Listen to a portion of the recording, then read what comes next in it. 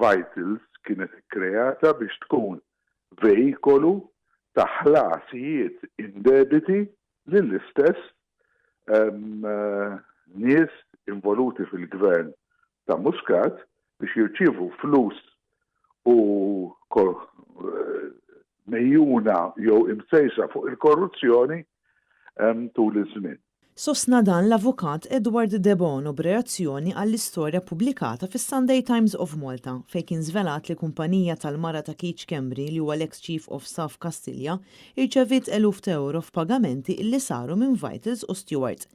L-allegazzjonijiet serji li ħarġu jindikaw li Tri-City Design li hija kumpanija tal-interior design intużat bħala parti minn skema ta' ħasil ta' flus sabiex allegatament ikunu trasferiti ammont sostanzjali ta' flus bejn entitajiet differenti.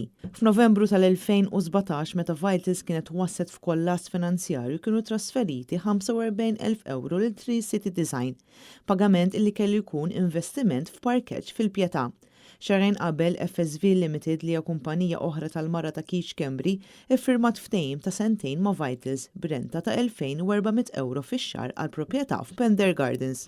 Edward De Bono qal li huwa dritt tal-poplu li jkun jaf eżatt għal dawn il-persuni ingħataw dawn il-flejjes kollha.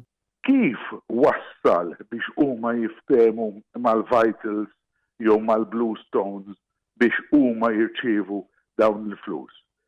Kif parking space ġo St. Luke's Hospital moti lil Pjetà Council jispiċċa eventwalment iħallas u jirċievu flus minn Vitals.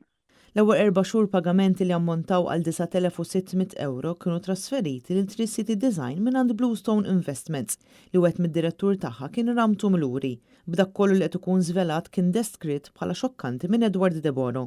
Hija xokkanti u xekk illi ġimgħa wara oħra qed insiru nafu iktar mill-ħmieġ li kien għaddej bej funzjonarji tal-Gvern Malti fosthom Keith Schembri u l-kumpaniji tal-mara tiegħu li jirċevew flus mingħand Bluestone u minn hemm bdew isiru ħlasijiet abbużivi u illegali lil nies jew persuni jew kumpaniji li jirċievu kickbacks mingħand dawn l-istess soċjetajiet. Wara li Stewart ħadu tmexxija ta' 3 sptarijiet taħt idejhom baqa' għaddej il-ħlas il-Tri-City Design għal 9 xhur oħra. B'total ta' 21,600 euro ikunu trasferiti lil din il-kumpanija matul dan il-perjodu. F'Settembru tas-sena li għaddiet Josette Schembri kienet akkużata b'ħasil ta' flus fir-rwol tagħha ta' direttriċi ta' Tri-City Design li mammont ilaħħa il-1.5 miljun euro. Edward De Bono li huwa wkoll avukat li ħafidejh il-kawża li fetaħ id-deputat u ex-kap tal-Partit Nazzjonalista Adrian Delija sabiex l-isptarijiet jingħataw lura lill-poplu Malti u Awċi saħaq li dan kollu ikompli jikkonferma li l-ftehim mal-Vitals kien wieħed qarrieqi.